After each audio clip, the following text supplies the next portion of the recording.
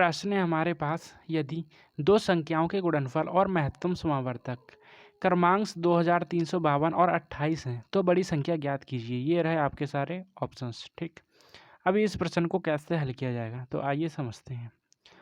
हमें दो संख्याओं का गुणनफल और HCF, ठीक है, हाईएस्ट कॉमन फैक्टर दे रखा है। ठीक, तो हम मान लेते हैं कि जो दो संख्या हैं वो कौन कौन सी हैं, 28A, ठीक, और 28B।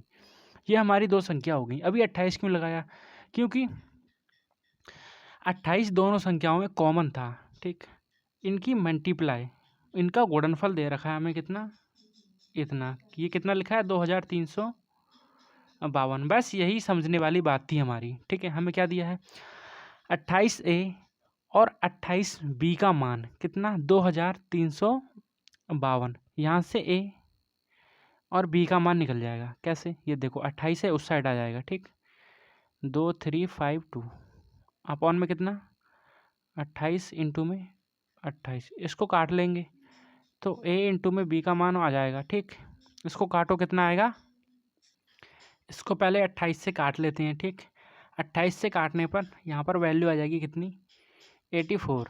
इसको फिर से 28 से काट लेंगे, ये 3 बार में कैंसिल हो जाएगा। ठीक है, A इंटू में B का मान कितना आ जाएगा, 3। ठीक, अब इसके गुणनखंड कर लेते हैं। ठीक, A और B का गुणनफल दिया है 3, तो 3 को कैसे तोड़ेंगे, 3 टूटेगा ही नहीं।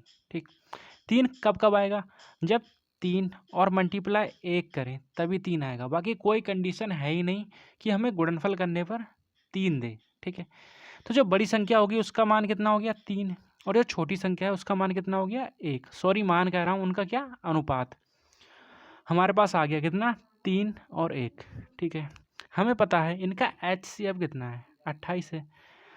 पहली संख्या कौन सी है, 28A। दूसरी संख्या कौन सी है, 28B। ठीक है, और इनके गुणनफलों का अनुपात हमारे पास कितना है, 3:1।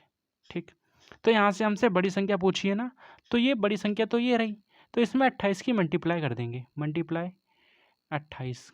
ठीक है, तो यहाँ से वैल्यू आ जाएगी हमारे पास कितनी, 8 3 24 का 4, हाथ से लगे 2, 3 दूनी 6, 7 और 1 8, कितना आ जाएगा, 84 आ जाएगा। ऑप्शन नंबर 3, ठीक है, हमारा राइट और करेक्ट आंसर हो जाएगा।